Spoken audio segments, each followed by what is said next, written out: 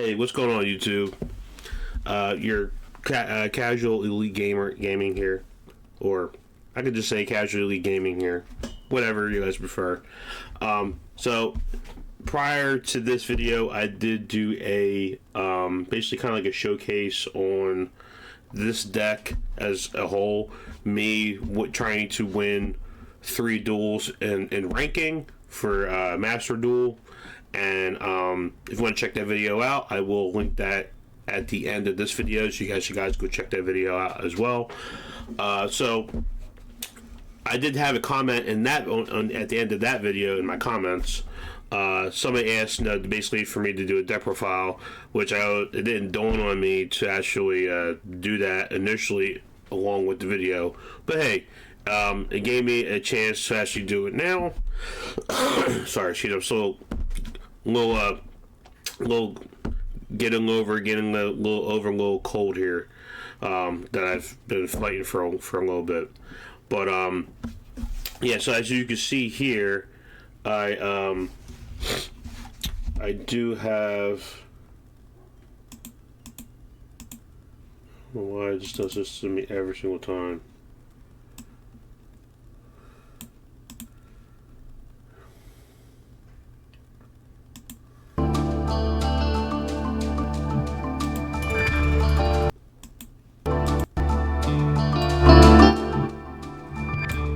Finagle that in there. It's really odd. I don't know why. Sorry. So sorry. So like I was saying, yeah. So as you can see here, I do run all 5 pieces of Yugioh within the deck, and literally the reason why behind that is because at any point in the duel, if you feel like you need to stall your opponent out, like you have a opponent's monster who's slightly bigger than you on the board as a whole, you could kind of stall them out a little bit, especially if it's like one of those monsters where it's a bigger monster, or it's like one of those things where for example, it's not that big of a monster, but they can't be destroyed by battle, or by card effect, but they still take damage, right? So okay, cool. And then you have to sometimes work around certain monsters that can blow up your monsters. But with this deck, because you're running, Sacred Beasts, you do have the field spell to actually protect your Sacred Beasts, because they can't be targeted or destroyed by your post card effect. I can just double check that right now. Let's see here. You're both cannot target Yugioh, Haman, Raviel, in your monster zones with card effects. Also, sorry guys. Also, cannot be destroyed by your opponent's card effects. So there you go. Like I said, basically can't be target and can't be destroyed by opponent's card effects as long as this field spell is on the field. So if you have Raviel, Haman, Yugioh, you use only one of them, and you have this field spell, and you basically you're about to crash into a mirror force, it ain't gonna do shit to you. Yeah, you're gonna look at that mirror force, you're like, nice card. You're gonna send that crap to the grave now, right? And he'd be looking at you like, what? Yeah, my field spell, bruh. Oh man, this happens so many times where like people will just like, yep, mirror force, and yep, no, I'm good. Moving on. So, like I said, 5 pieces of Yugioh. I also run the Incarnate, just in case I have to, for some reason, I have to send my pieces of Yugioh to the graveyard, or my opponent sends them to the graveyard, for whatever reason. Basically, he gains 1,000 for each one in the graveyard, and then, of course, I believe it's each turn, or once per end phase, you can add one of the pieces of Forbidden One to your hand each turn. Basically, you can do like a little bit of like a lock too if you have 2 of them. I believe you can put them in defense, and then basically your opponent can't destroy them because they can't be destroyed by battle. So you're just put them in defense, and alright, well, he'd be 0 defense. The only kind of thing though that actually kind of hurt you, it's not destroyed by battle, is if you're facing down a Chaos Max and the Chaos Max attacks it, and it attacks defense, and I think the damage is doubled, whatever damage it does. Since you're 0, you're at risk of getting hit with AK. So use this at your own leisure. That's why for me, I only run the 1, just for the simple fact, if that ever does happen, Forbidden 1 start going through the graveyard, okay, you have to tribute Forbidden 1 off the field to be able to summon this from your hand. And then from there, you'd be like, okay, well, now I'll just kind of like wait it out. And one way you can do that is if you have, basically your Incarnate on the field, and then you have your Haman along with your field spell, then you're pretty good. You're actually going to be cooking for a little bit. You know what I mean? Because at least with the Haman, when Haman's in defense, and it says right here in this effect, when Haman is in defense, basically your opponent cannot attack any other monster except for this monster. So, alright, so, and that's kind of cool, because it's like, alright, I can actually stall for a little bit, and within that process, and even if you want to do it that way too, where it's like, you don't have to worry about, like, the pieces being in the ground because they're in your hand, you're not facing the deck where, they're hitting cards out of your hand. Okay, great. Then you can just put a Haman on the field, and then put a Yugioh on the field in defense, and Yugioh at that point, basically the way I bring him out is not through the trap effect that he has. I bring him out through either your Chaos Summoning Beast or your Dark Summoning Beast. So these, sorry, excuse me guys, these are your 2 main summoners for your Sacred Beast, your main 2. This is your searcher. Literally searches anything that you need in the deck that has to do with Haman, Yugioh, or Raviel to your hand. Your second searcher card is going to be the opening of the Spirit Gates. It searches anything that has to do with Haman, Yugioh, or Raviel, but that is monster related and monster related only. This can actually search out your spell and trap cards if needed. So your Dark Beckoning Beast. So you can literally beckon any spell or trap card. So usually what I do is, and you probably will see, I've probably already seen the other video, but if not, like I said, I'll link it at the end. And if you watch the other video, as you see in that video, I do use my Dark Beckoning Beast to search out either this or this. On rare occasions, I will search out this if I feel like going for like one of the fusions, and I will explain why I run this guy in a moment. But so, like I was saying here, your mains basically mainly like your fodder cards to get out your Sacred Beast are going to be your Chaos Summoning Beast and your Dark Summoning Beast.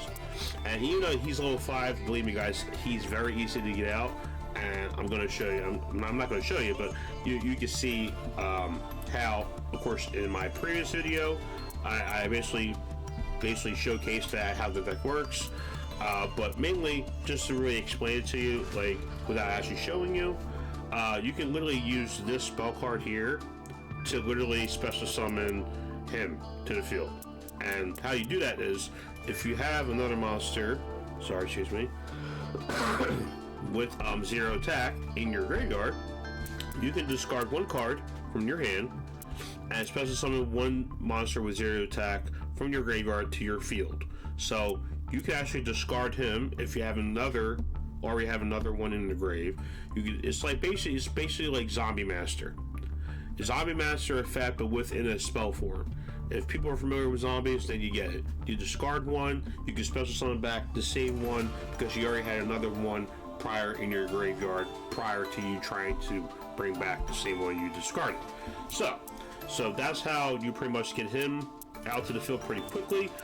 Your second option would be, once this is normal summoned, your Dark Beckoning Beast, it gives you an additional normal summon on top of its own normal summon, so you can use its effect to tribute summon for this.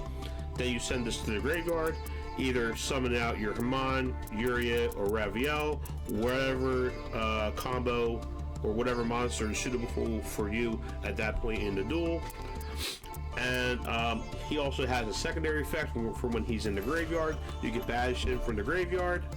out of play, and basically add one Yugioh, Hamon, or Raviel from your deck to your hand. Now, if you're like, well, why would I want to do that if I'm trying to get him like from my deck to the field. Like, why would I want to add it to my hand? And here's why. Because you have your your Chaos Summoning Beast, and Chaos Summoning Beast special summons one Yugioh, Hamon, or Raviel by attributing itself to the graveyard from your hand. And bonus, he has a secondary effect, just like Dark Summoning Beast. He can also banish himself from the graveyard, and it lets you add your field spell from your deck to your hand. So pretty much, your three main cards here, your three main monster cards, are literally how you get your combo out on the field. It's not just one way to get it out on the field, because you can have a hand where you already have Hamon, Chaos Summoning Beast, your field spell, and you're like, okay, so I'll just activate my field spell so that when I summon my Hamon, my opponent can't like negate my summon, but I can't be destroyed by card effect, and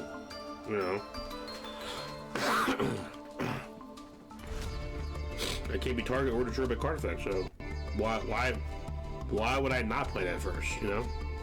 So once I would do that, you can then normal summon out your Chaos Summoning Beast, tribute him in a way, bring out your Hamon, and then from there you could do other combos. But the one combo that is my most favorite is having Dark Beckoning in my hand already, having the opening Spirit Gates in my hand already, and having Chaos Summoning Beast in my hand already, along with one of the actual Sacred Beast monsters themselves in my hand already. Doesn't matter what one. And the reason why is because, so when I summon him, I don't have to search this because it's already in my hand. So I'm like, all right, great. So once I bring him out, I already have this in my hand. I can search something else completely separate from that. So I can either search their fusion spell or their trap. Sorry. Oh man. And usually I go for the trap for the most part, and literally the trap card, Awakening of the Sacred Beast, and depending on how many of the Sacred Beasts you have on the field with different names, depends on how many effects you get. Now usually you really just want to aim for 2. The third effect is really not all that necessary, and I can show you here. So basically, if you have 1, you can basically gain life points off your opponent's monsters every single time they're normal summon or special summon from the hand or deck or wherever. As long as they're being summoned to the field, you gain attack as life points for yourself, which is awesome. Second effect, if you have 2 with different names on the field, basically this negates any monster effects that activate on the field. Unfortunately, it does not stop hand traps. So don't get that confused. Don't be like, oh yeah, this is going to be like the best thing ever. I just negate your monster effect from your hand. And then when the game doesn't do it, you're going to be like, what the heck? Casual Elite Gaming lied to me. No, I didn't lie to you. You just didn't listen to me. So, so just please, just take this with a grain of salt. It does not stop hand traps, okay? So, it only stops monster effects on the field, which for the most part is phenomenal. You have people summon, okay, this searches something with that. No, it doesn't, because I negate the effect. Now, it doesn't destroy the monster, but it stops them from using the effect. And you do have those monsters that can activate their effect multiple times. Let's say, okay, so I'll negate the effect, but the effect is not negated. Okay, well, I'll just activate it again because it doesn't say once per turn on the card. Okay, negate again. I can do it all day. Negate, just like you can activate yours all day. You know what I mean? So, but the third one here, of course, any monsters,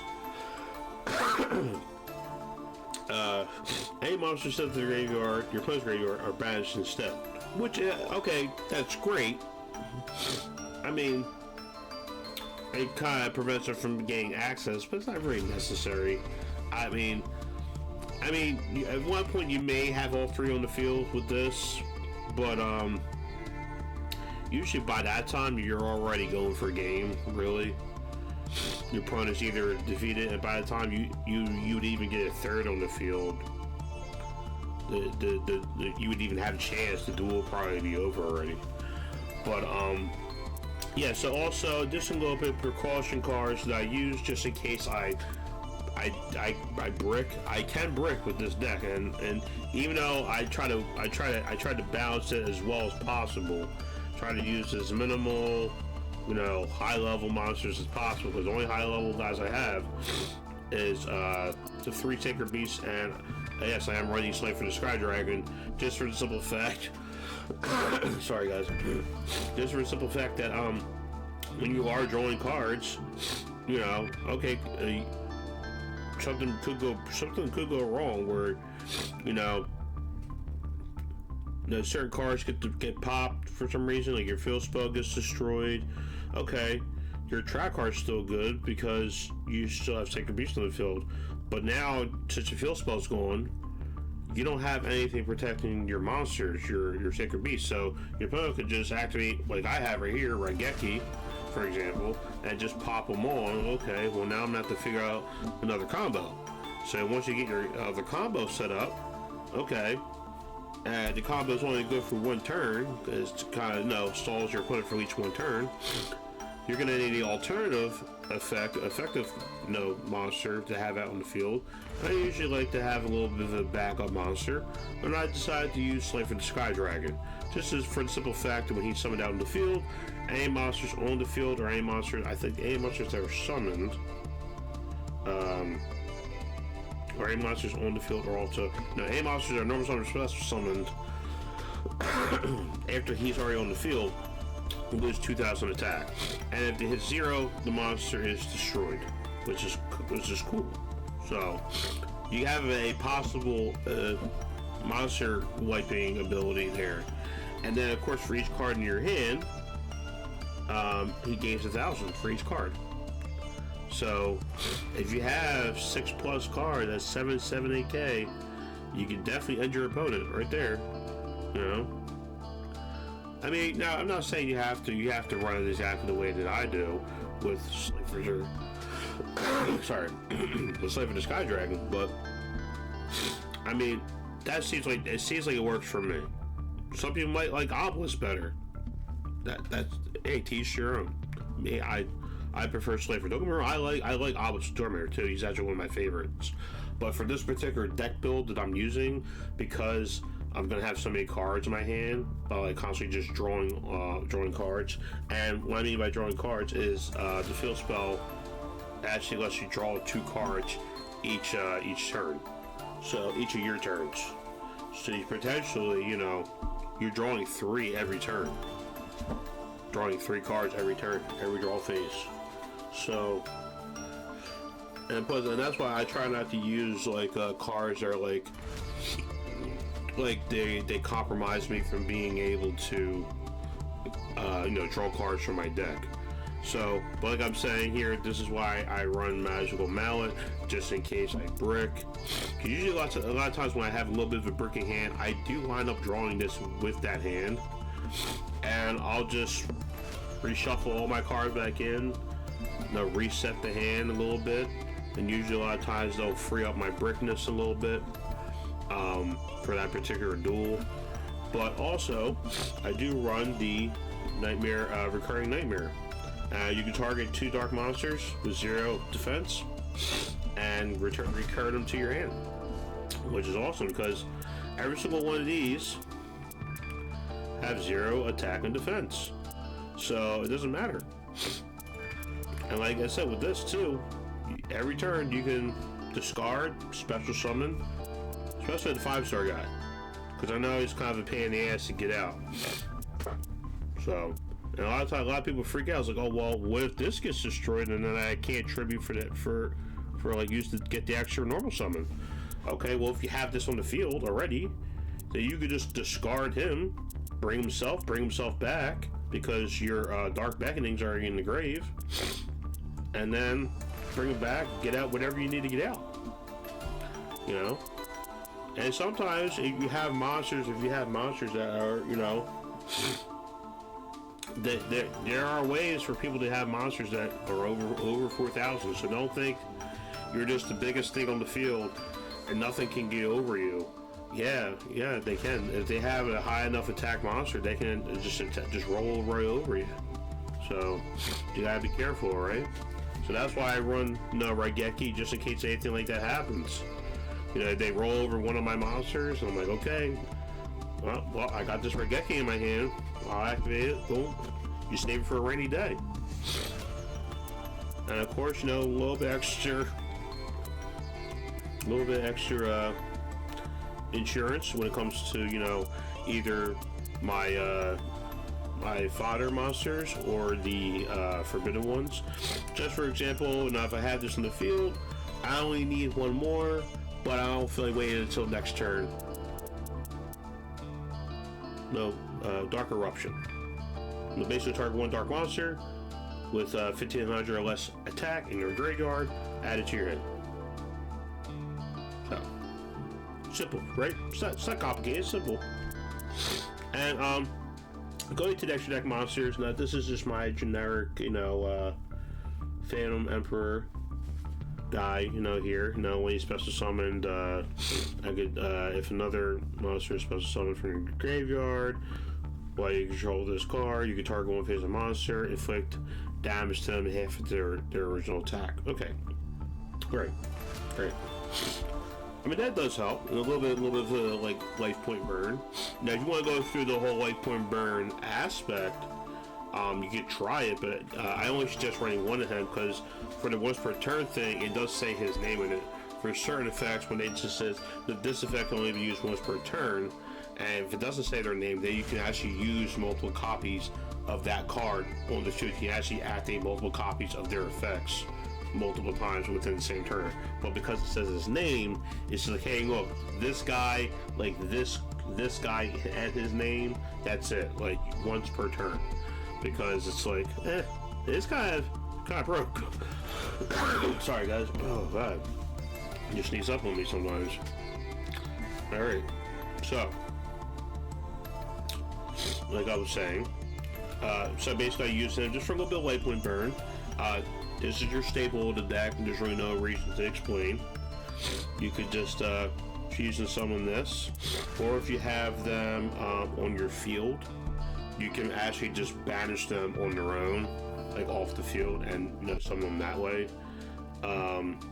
If you control them on your field, like Hamon, Yuri, and Raphael, you can actually banish them.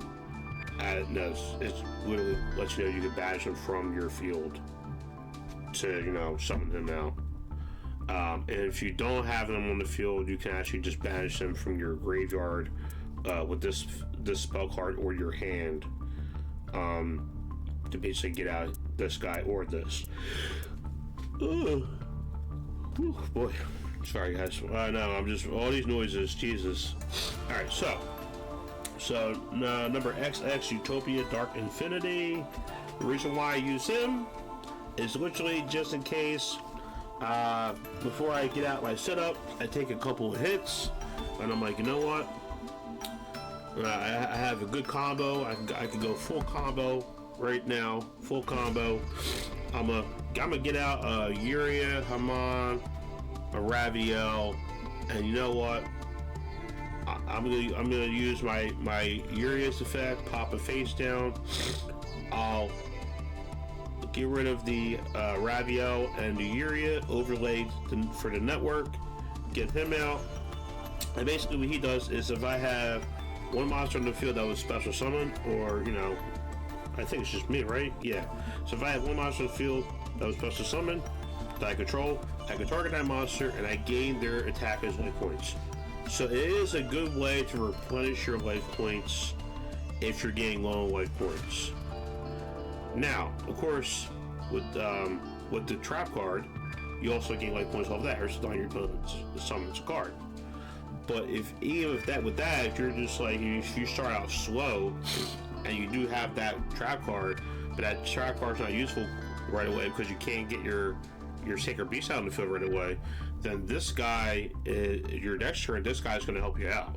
So You know, he's just going to replenish you by 4K at bare minimum 4,000, bare minimum, and yeah. And then once you get that established, and then you get your traps established and stuff. Now people don't know this as well. If you have 2 of these on the field, it does activate more than once. You can chain them together. So, say for example, your opponent summons a monster, you have your setup, and they summon a monster that's 2,000 attack. Guess what? You just gain 4,000 life points. 2,000 life points each. Yep. So, with that said, guys, pretty much there's really nothing else for me to really explain. Everything else is pretty much self-explanatory. It is a 41 card deck. Yeah, and it does. It's for the most part, it does It does run like an oiled engine for the most part. Now, do I have some bricky days? Yeah, I mean, you probably already seen in my last video. I did brick a little bit. I didn't brick too hard, but I bricked a little bit, and yeah. So I did have to play like the long game a little bit to get my stuff out. And but I remember one duel. Once I actually went to go summon him, I summoned him, and my opponent was just like, you know what? Yeah, no, I'm not dealing with that. I'm out of here. But yeah. But with that said, guys, this is, I mean, I call it a stall deck because technically you can stall with it, but it is technically a Sacred Beast deck because you're running Sacred Beast. It's not mainly Sacred Beast focused because you also can get out Slifer, the Sky Dragon, and then you can also go the sorry guys. Oof. You can also go the oh man, let's see, Utopia, the Yugioh route. So that said, and I was just coughing a lot. I'm sorry. A little bit of a cold. That's why that last video I had, I posted. I didn't really want to talk because I didn't want you guys hearing me coughing and all that stuff. Because unfortunately, I don't have an editor, so I am still new as a content creator. As you can see here next to me, I made room. I don't have my plaque yet. I'm not even anywhere near that possibility yet. But I am going to keep at it. Hopefully one day I do get my plaque, and yeah. But if you guys made it to the end and you guys enjoyed videos like this, let me know in the comment section below. Leave a like, subscribe to the channel, and set notification bell to all so you get more information and more content from me, your boy, Casual Elite Gaming. Hey, look at that! It sounded a lot better that time. But yeah, with that said, guys, I'm going to sign off here, and hopefully you guys enjoy the rest of your day. And in fact, if you can't do me solid, share this video with your family, friends, whoever, and yeah, and if you want to, the link to my X, or they call it X now, or Twitter, whatever you guys want to call it, it is on my my homepage for the YouTube. It's on there, so if you want to check that out, send me a message, send me, hey, you should try this, any type of deck, Yu-Gi-Oh related. I cover majority of different stuff besides Yu-Gi-Oh. So if you've seen a different video and you want to give me an idea, hey, you should do this next time with this particular game that you play. Oh, okay, and I'll try it out. But yeah, with that said, guys, I don't know, I ran. I'll see you guys on the next one. Enjoy the rest of your day, and thank you for stopping by.